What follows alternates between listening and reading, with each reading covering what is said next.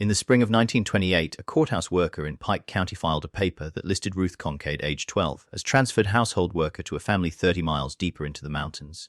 What officials wrote down as a home arrangement was actually a deal that took everything away from a child. The paper sat in a filing cabinet for 55 years before a college student researching Appalachian work practices discovered it tucked between property papers and timber contracts.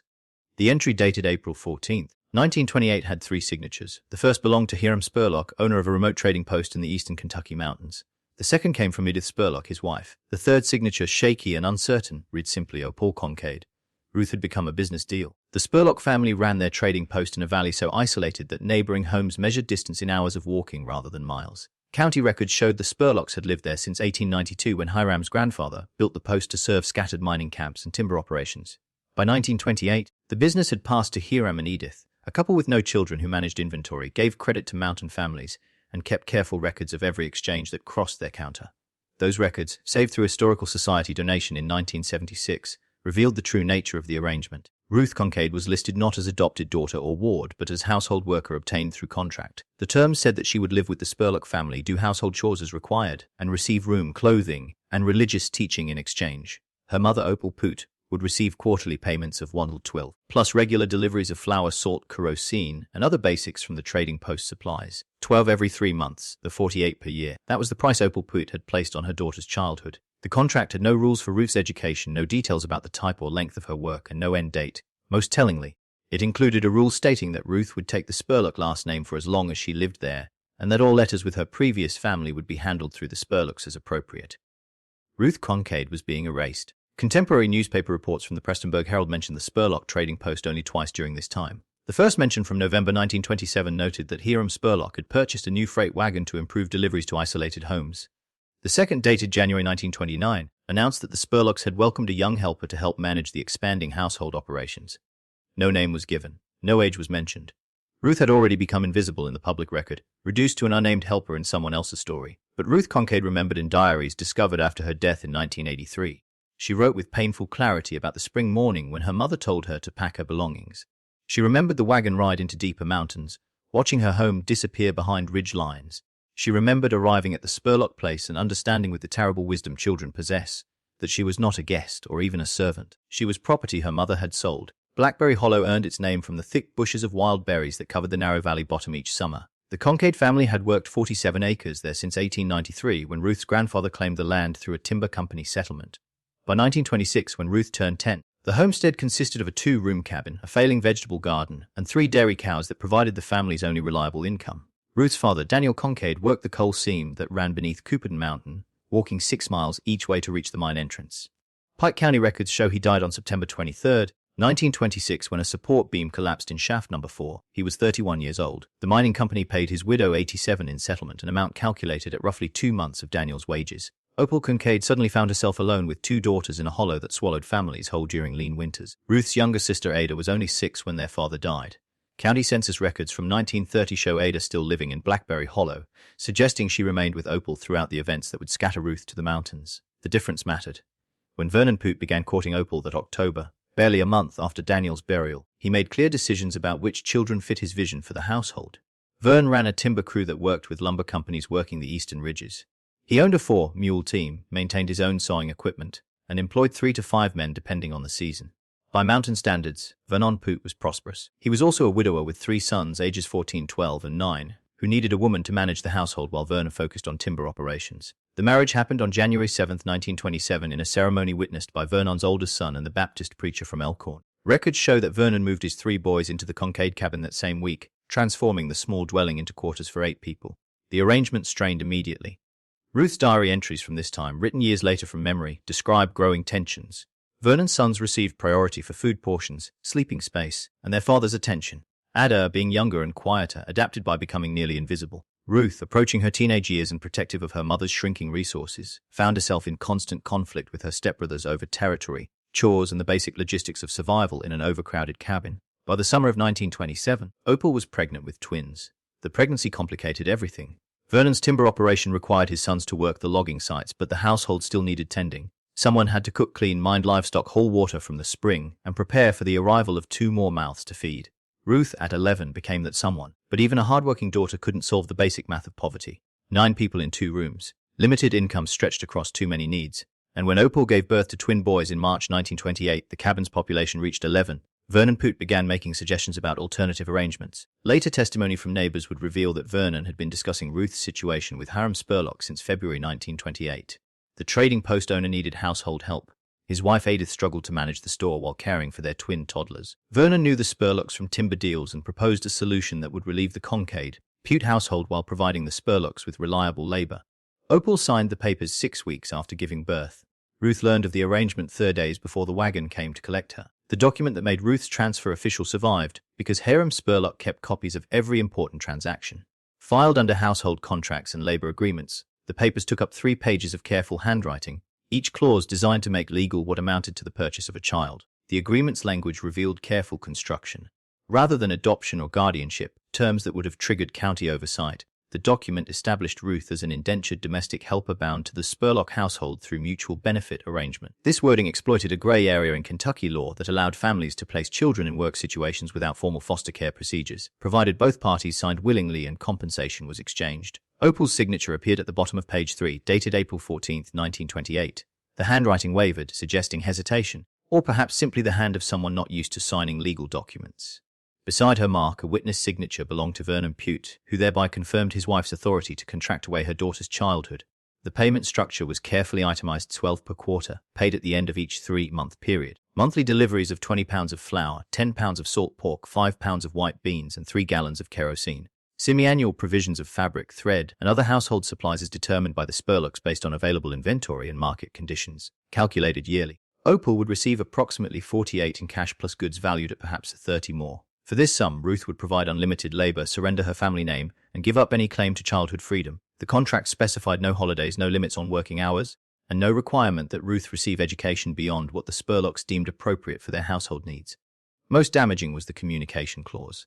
All letters Ruth received or sent would pass through Hiram Spurlock's review. Visits from family members required advanced approval and would be scheduled at the Spurlock's convenience. These rules buried in the middle of page 2 effectively cut Ruth off from any support network that might question her treatment or fight for her return. The contract also addressed Ruth's future. Should she attempt to leave the Spurlock household before reaching 18 years of age, Opal Poot would be required to return all money and goods received plus interest calculated at 6% yearly. This penalty clause ensured that even if Ruth ran away, her mother would have powerful financial reason to return her to the Spurlocks rather than offer shelter. Legal experts who later examined the document noted its sophisticated construction. Someone with understanding of contract law had written these terms, likely an attorney in Prestonburg or Pikerville who specialized in business deals. The language protected the Spurlocks from accusations of child exploitation, while binding Ruth as effectively as any slave contract from the previous century. Hiram Spurlock paid Vernon $5 cash to transport Ruth from Blackberry Hollow to the trading post, a transaction also carefully documented in the ledger. The notation specified delivery charge for household helper, April 17, 1928. Even the wagon ride that carried Ruth away from her home became an itemized business expense. On the morning of her departure, Opal gave Ruth a canvas bag containing 2 dresses, an extra pair of shoes, undergarments, and a hairbrush that had belonged to Daniel Kincaid. She did not hug her daughter. She did not comfort her. According to Ruth's later memories, her mother simply said that the arrangement was necessary, that Ada and the twins needed space and resources, and that Ruth should be grateful the Spurlocks were willing to take her at all. Vernon's wagon left before dawn. Ruth sat in the back beside bundles of freight bound for the trading post. She watched Blackberry Hollow disappear into the morning mist, understanding with terrible clarity that she was not being sent away temporarily. She was being permanently thrown away. The Spurlock trading post sat in a valley so remote that the mail carrier made deliveries only on the 1st and 15th of each month, weather permitting. The main building held both the store and the family's living quarters, a practical arrangement that allowed Hiram to watch inventory while Edith managed customers. Behind the main structure stood a storage shed, a smokehouse, livestock pens, and a small building that had once served as a bunkhouse for temporary workers. Ruth slept in the storage shed. Her quarters consisted of a narrow space between stacked flour barrels and crates of canned goods, barely wide enough for the corn husk mattress Edith provided. A wool blanket offered minimal protection against cold that seeped through gaps in the plank walls. During her first winter there, Ruth woke most mornings to find frost coating the inside of the shed, her breath visible in the darkness before dawn.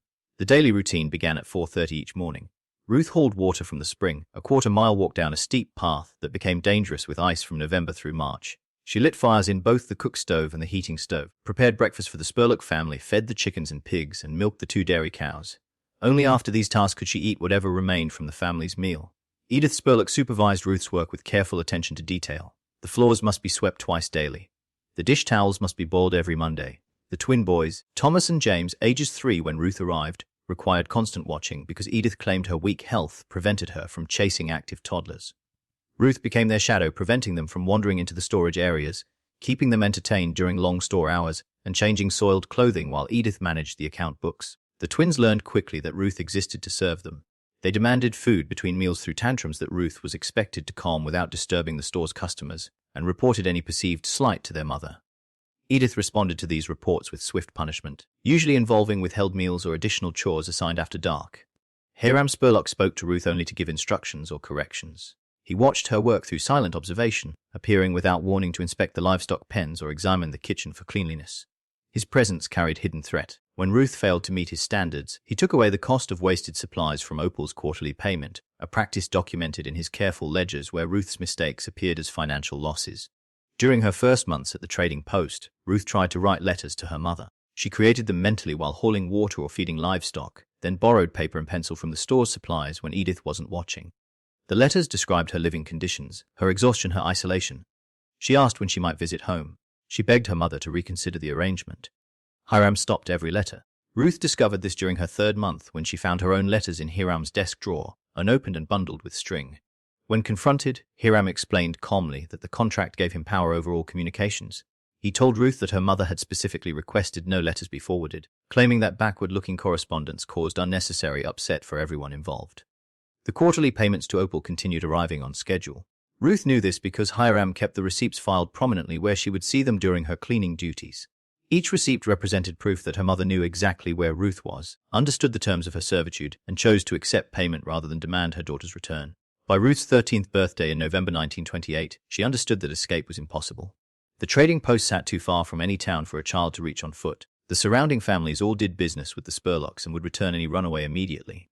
The contract bound her legally until age 18, 6 years away. She had become a ghost in her own life, trapped in a valley where even her screams would echo only against uncaring mountains. Throughout 1929 and into 1930, Ruth existed in a silence broken only by the demands of her labor. No letters arrived from Blackberry Hollow. No messages came with the mail carrier. When seasonal timber workers stopped at the trading post for supplies, Ruth listened desperately for any mention of the Poot household, any news that might connect her to the family she'd been torn from. In October 1929, a timber crew working contracts near Cooperton Mountain included a man who recognized the name Poot. During his transaction at the store, he mentioned that Vernon's operation had grown significantly, now employing 8 men and acquiring a second team of mules. The twins, he noted, were thriving boys who went with their father to the work sites. Vernon's wife had delivered them safely and recovered well. Ruth absorbed this information while scrubbing floors in the next room. Her mother was healthy. The household was doing well. No one had mentioned Ruth's absence or asked about her welfare. She had been erased so completely that even casual conversation about her former family continued as though she had never existed. The quarterly payments continued with mechanical regularity. Hiram recorded each transaction in his ledger, 12 every 3 months deposited to Opal's account at the Pikeville banking house. The precision of these payments told Ruth everything she needed to know. Her mother tracked the arrangement carefully enough to collect the money, but showed no interest in the girl generating that income. Winter brought a traveling preacher who held services in the trading post's main room once monthly. Families from surrounding hollows gathered for these occasions, one of the few social events in the isolated region. Ruth served coffee and cornbread to attendees while listening to conversations that revealed how connected mountain communities were. Everyone knew everyone's business. Everyone understood which families struggled and which did well. No one ever asked about the girl living in the Spurlock storage shed. During one such gathering in January 1930, Ruth overheard 2 women discussing Opal Poot. The conversation praised Opal's management of such a large household, marveling at how she stretched resources to feed Vernon's boys plus the twins. One woman mentioned that Opal had recently bought a new cook stove, a big purchase that showed the family's improving situation. Ruth understood then that the payments she generated were being spent on conveniences for the family that had thrown her away. Her labor brought comfort for people who had chosen to forget she existed. The seasonal rhythms continued. Spring planting, summer harvests, autumn preparations for winter, then the brutal cold months when isolation became total. Ruth grew taller, stronger, more efficient in her work. She learned to guess the Spurlock family's needs before being told, to move through her duties with minimum interaction, to make herself as invisible as possible while remaining constantly available. The twins, now 5 years old, treated Ruth with casual cruelty learned from watching their parents. They threw food they disliked directly onto the floor, knowing Ruth would clean it. They demanded stories and songs, then complained loudly if Ruth's voice annoyed them. They lived in a world where other people served their wishes without question, and Ruth represented the lowest level of that system. By her 14th birthday, Ruth had stopped imagining rescue. She had stopped writing mental letters to her mother. She had accepted that Opal Poot had made a permanent choice, putting the comfort of her new family over the welfare of a daughter who reminded her too much of a dead husband and a harder life. But acceptance did not mean surrender. Deep in Ruth's mind, where the Spurlocks could not reach, something harder than mountain stone was forming. Not hope exactly. Something darker and more dangerous. The patience to wait for opportunity. The conversation that changed everything happened on a December evening in 1931. Ruth was cleaning the storage room behind the main store when voices drifted through the thin walls. Hiram and Edith were discussing their nephew Dalton, who managed timber contracts in the deeper mountains near the Virginia border. Dalton Spurlock was 26 years old and looking for a wife. Ruth pressed herself against the wall, listening as Hiram explained his plan. Dalton needed someone capable of hard work, someone used to isolation and difficult conditions. He ran a logging camp 20 miles from the nearest town, a place where a woman would need to cook for crew members, maintain the camp, and manage without complaint during months when weather prevented travel. The Kincaid girl would suit him perfectly, Hiram said. She's strong, trained to household work, and has nowhere else to go. Edith's response chilled Ruth to her core. She'll be 16 in November. Old enough, and it solves our problem. The boys are starting school next year. We won't need her underfoot constantly. The discussion continued with the same business language that had controlled Ruth's life since arriving at the trading post.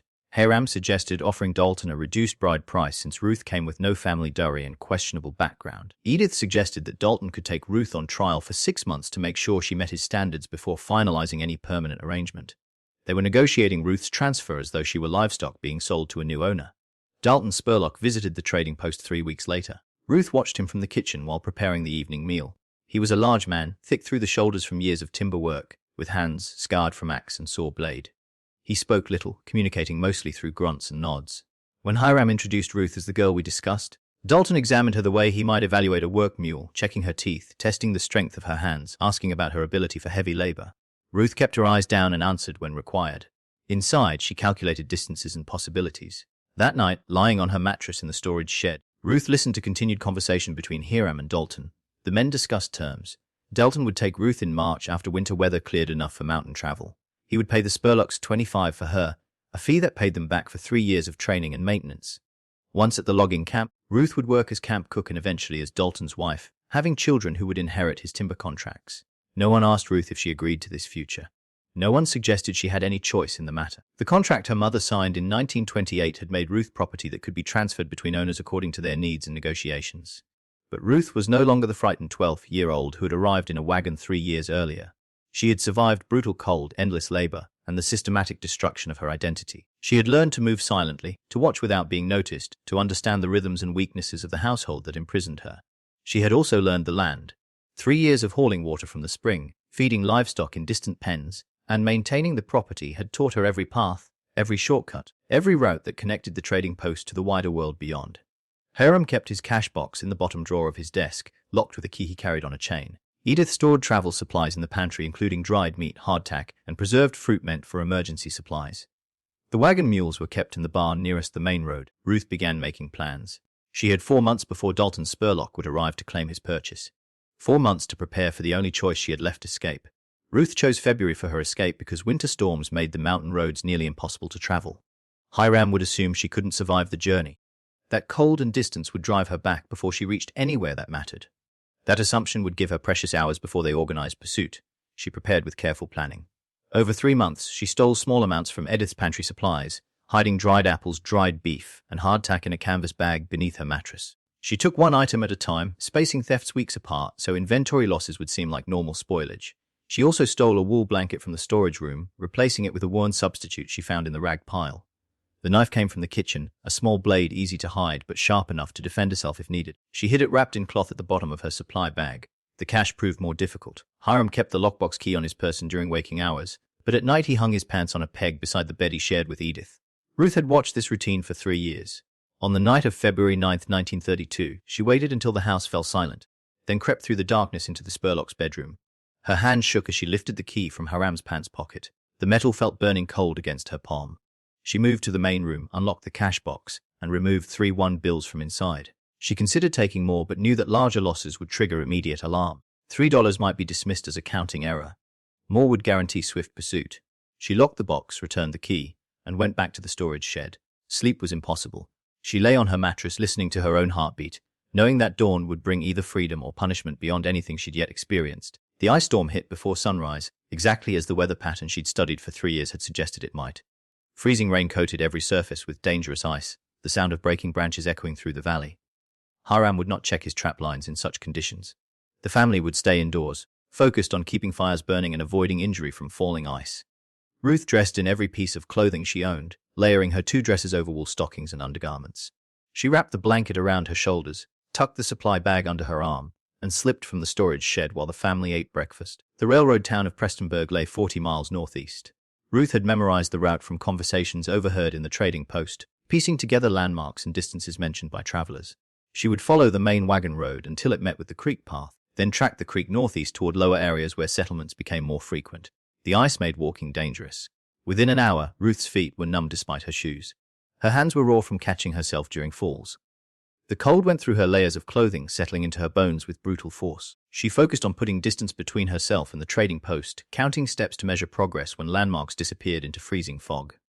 Near midday, she discovered an abandoned hunting camp, a lean-to structure built against a rock outcropping.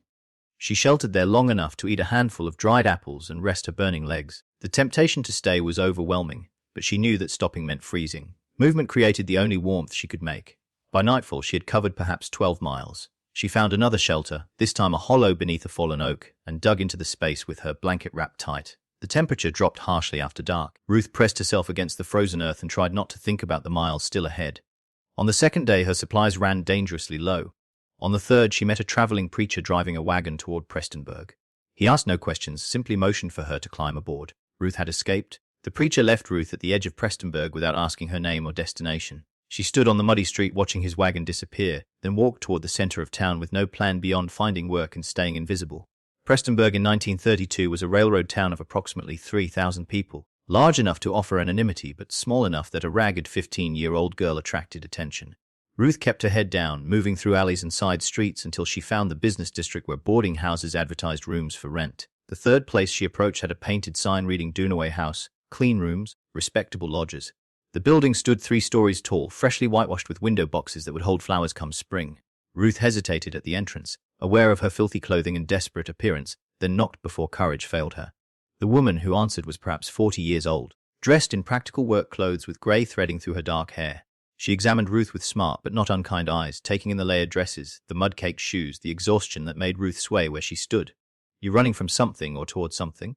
the woman asked. "Both," Ruth answered, because lies seemed pointless. The woman introduced herself as Iris Dunaway, widow and owner. She offered Ruth a basin of hot water, a bowl of soup, and a basement room in exchange for daily work maintaining the boarding house. Ruth accepted before Iris could change her mind, scrubbing floors and washing linens with desperate effort to prove her value. For 3 weeks, Ruth lived in cautious silence. She learned the rhythms of the boarding house, the personalities of long-term lodgers, the business patterns of a town connected to the wider world by railroad and telegraph. She saved her 3 stolen dollars, sleeping with the bills tucked into her undergarments, terrified that Hiram Spurlock would somehow find her in Prestonburg. Iris watched this silent, haunted girl with growing concern. Finally, on a March evening while they folded laundry in the basement, Iris asked directly what Ruth was hiding from. The words came slowly at first, then faster. The whole terrible story pouring out in the dim lamplight. The contract, the trading post, the stopped letters, the planned marriage to Dalton Spurlock. Ruth spoke until her voice went hoarse, revealing details she'd had no one to tell for nearly 4 years. Iris listened without interruption. When Ruth finished, the older woman sat quiet for a long moment before speaking. "There's a legal aid society in Lexington," Iris said finally. "They handle cases involving child welfare. I'll write to them." The response arrived 6 weeks later. Attorney Malcolm Hurst traveled from Lexington to interview Ruth personally, taking detailed notes about dates, locations, and the contract terms. His investigation went beyond Ruth's case, examining court records and doing interviews throughout Pike County. What he discovered destroyed any remaining hope that Ruth's situation was unique. Opal Poot had signed similar household service contracts for 2 other families in the region. The children involved were daughters from Opal's extended family, girls orphaned or born to struggling relatives who had turned to Opal for help. Instead of providing shelter, Opal had arranged deals identical to Ruth's, collecting quarterly payments while placing children into households that needed unpaid labor. Ruth was not her mother's only victim. She was part of a systematic trade in unwanted children, transactions that Opal conducted with the efficiency of someone running a profitable business. Court records showed payments flowing into Opal's account from multiple sources, small amounts that added up to significant income, adding to Vernon's timber earnings. The revelation broke something basic in Ruth's understanding of her own past. Her mother had not made one desperate choice during a moment of overwhelming poverty. Opal Poot had discovered a reliable method of making income from children nobody else wanted, and she had exploited that method repeatedly. Malcolm Hearst promised Ruth he would pursue prosecution. He would force Pike County authorities to admit that these contracts violated child labor laws. He would make Opal Poot face consequences for systematically trafficking children. But first, he needed Ruth to confront her mother in court. The Pike County Courthouse in Pikeville held preliminary hearings on May 12, 1932. Malcolm Hearst had filed formal complaints against Opal Poot, Hiram and Edith Spurlock, and 2 other families involved in similar arrangements. The charges included child labor violations, unlawful servitude, and conspiracy to exploit minors through fake contracts. Ruth sat beside Iris Dunaway in the gallery wearing a borrowed dress that actually fit her properly for the first time in 4 years. She watched the courtroom fill with spectators, lawyers, and county officials, all gathered to decide whether children could be legally traded like livestock in eastern Kentucky. Opal Poot entered through the main doors with Vernon and his 3 sons. She wore her Sunday dress, her hair pinned neatly beneath a respectable hat. She looked well off, healthy, completely calm. When her eyes met Ruth's across the courtroom, no recognition appeared there. No shame, no regret. She simply looked away as though Ruth were a stranger whose presence held no meaning. The beginning arguments revealed the basic problem immediately. Kentucky law in 1932 had rules against child labor in factories and mines but remained unclear about household service arrangements within private homes. The contracts Opal had signed technically fell within legal gray areas that local courts had never been forced to examine. The county prosecutor, a man named Dalton Reeves who handled criminal cases for Pike County, argued that the state lacked power over family agreements made voluntarily between agreeing parties. Opal Poot, he stated, had used her legal authority as parent to place her children in situations she thought appropriate. The families receiving the children had provided shelter, food, and moral instruction as promised. Malcolm Hearst countered with documents about Ruth's living conditions, the stopped letters, the planned forced marriage to Dalton Spurlock. He presented testimony from Iris Dunaway describing Ruth's physical and emotional state when she arrived in Prestonburg.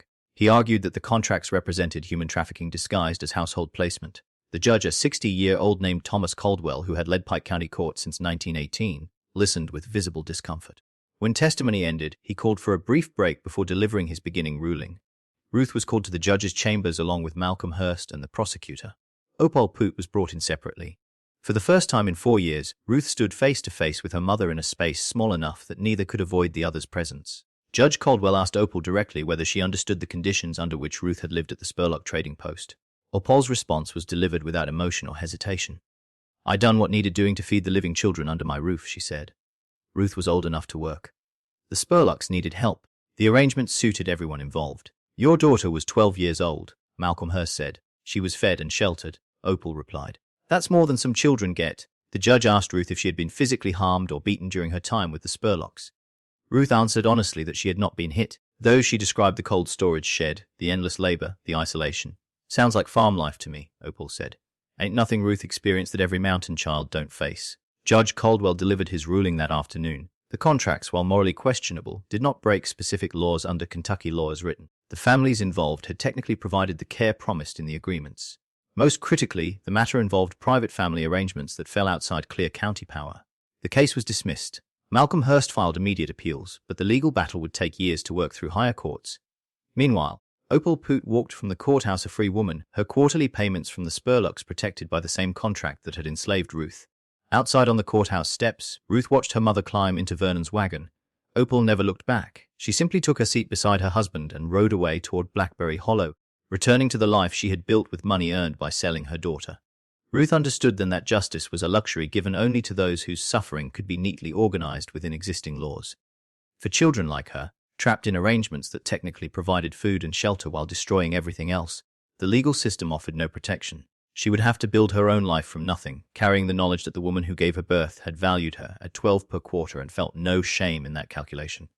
Ruth Kincaid never returned to Blackberry Hollow. She never spoke to her mother again. The legal battle that Malcolm Hearst continued to fight through appeals eventually stopped in circuit courts that refused to challenge established practices about parental authority and household labor. By 1934, the case had been quietly abandoned, buried in legal files alongside countless other failures to protect vulnerable children. Ruth remained in Prestonburg, working for Iris Dunaway until she turned 18. The boarding house became the closest thing to home she had known since her father's death. Iris taught her proper bookkeeping, how to manage household accounts, how to navigate the world beyond isolated mountain hollows. More importantly, Iris provided something Ruth had been denied for 4 years: the simple dignity of being treated as a person rather than property. In 1936, Ruth met Theodore Bassett, a railroad clerk who handled freight organization for the Chesapeake and Ohio Railway. Theodore was 23, quiet, methodical in his work, and possessed of a basic decency that Ruth had learned not to take for granted. Their courtship moved slowly, carefully, two cautious people learning to trust. They married in November 1936 at the Prestonburg Methodist Church, with Iris Dunaway standing as witness. The marriage produced 4 children between 1937 and 1944, 2 daughters and 2 sons who grew up knowing nothing of their mother's childhood, except that she came from the mountains, and preferred not to discuss the past. Ruth raised them with fierce protectiveness, making sure they received education, proper medical care, and the absolute certainty that they were valued beyond measure. She never spoke up or Poot's name in their presence. Theodore Bassett died in 1971 from complications following a stroke. Ruth remained in the house they had built together on Prestonburg's east side, maintaining her garden and attending church regularly until her own health failed in the early 1980s. She passed away on March 17, 1983 at age 67, surrounded by her children and grandchildren. Her family discovered the diaries 3 weeks later while sorting through her belongings. 6 leather-bound journals dating from 1951 through 1982, filled with careful documentation of the 3 years she spent at the Spurlock trading post and the events that followed. The entries were neither angry nor self-pitying. Ruth wrote with the precision of someone creating historical record, documenting dates, names, locations, and the systematic ways through which unwanted children disappeared into servitude throughout Appalachia. She described other cases she had discovered over the years through letters with legal aid societies and social workers, evidence suggesting that her experience was far from unique. Her final entry, dated February 9, 1983, exactly 51 years after her escape, addressed the question she had spent a lifetime answering through the way she chose to live. "I was 12 when my mother decided I was worth less than flour and lamp oil," she wrote. "She calculated my value and found it acceptable to trade me for household supplies, and 48 per year. That calculation was meant to define me, to reduce my entire existence to a business deal recorded in someone else's ledger. I spent the rest of my life proving her calculation wrong. I raised children who never doubted their worth. I built a home where love was not measured in quarterly payments. I survived, and in surviving, I showed that a child's value cannot be determined by the person who failed to protect them. My mother's shame is hers to carry. I refused to carry it for her." The diaries were eventually donated to the Kentucky Historical Society, where they remain in the files alongside other documentation of Appalachian poverty and the children who fell through gaps in social protection. Researchers who have studied Ruth's account note that similar arrangements continued throughout rural Kentucky well into the 1950s, only ending when improved education, social services, and economic opportunities made such transactions less necessary and more difficult to hide. Ruth Concade's story stands as testimony to a practice most people prefer to forget: that poverty can twist even parental love into something transactional, that children can become goods when survival demands it, and that justice often arrives too late or not at all for those who need it most. If Ruth's story has moved you, if it's made you think about the children who disappeared into arrangements their families set up, then her voice has reached across decades to find you. Click the like button and subscribe so that these forgotten testimonies continue to be heard. Share this story with someone who needs to understand that survival is its own form of victory, that children who were traded and thrown away can still build lives that matter. Ruth Concade refused to be erased. The least we can do is remember that she existed, that she mattered, and that her life was worth infinitely more than the price her mother placed on it.